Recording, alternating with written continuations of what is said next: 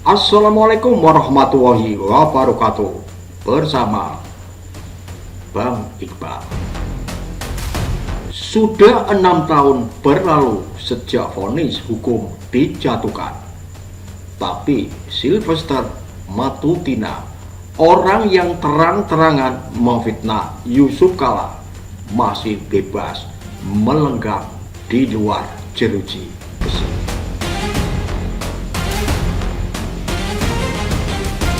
Hukum sudah bicara, putusan sudah ingkrah, namun jaksa diam 1000 bahasa. Sampai akhirnya suara keadilan itu kembali datang. Kali ini datang dari Yusuf Kala sendiri. Ia berharap hukum masih punya wajah.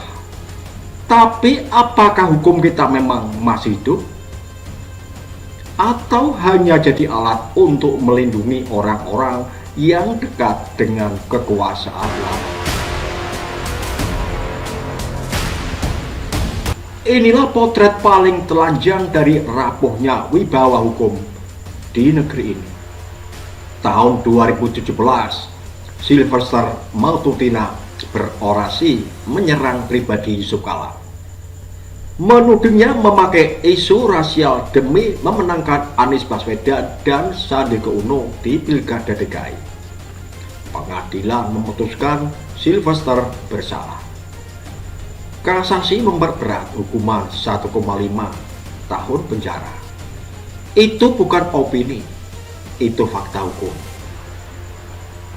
Tapi apa yang terjadi setelahnya adalah luka panjang bagi keadilan. Bukan eksekusi, tapi kelalaian. Bukan penegak hukum, tapi kompromi. Jaksa malah meminta bantuan pengacara terpidana untuk menghadirkan kliennya. Apa gak lucu? Ini bukan hukum, ini sandiwara. Pertanyaannya besar pun muncul. Kenapa kejaksaan tidak berani mengeksekusi Sylvester? Jawabannya hanya satu, karena bayang-bayang kekuasaan lama masih kuat mencengkram.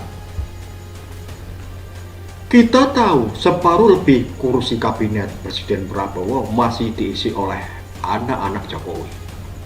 Dan di situ letak persoalannya.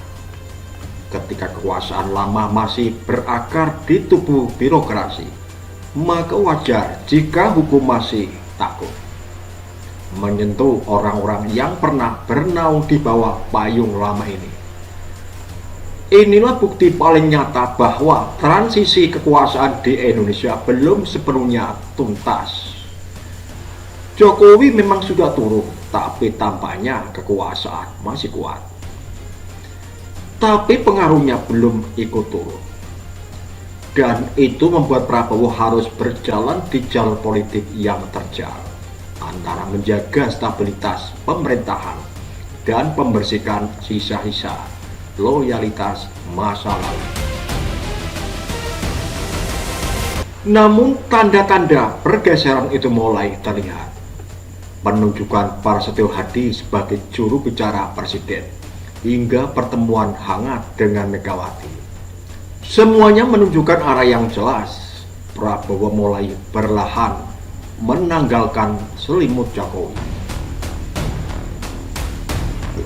Tapi rakyat tidak butuh simbol. Rakyat butuh tindakan. Salah satunya tegakkanlah hukum tanpa pandang bulu. Jika seorang Sylvester yang sudah divonis sejak tahun 2019 tak berani disentuh, apa artinya hukum di Republik ini?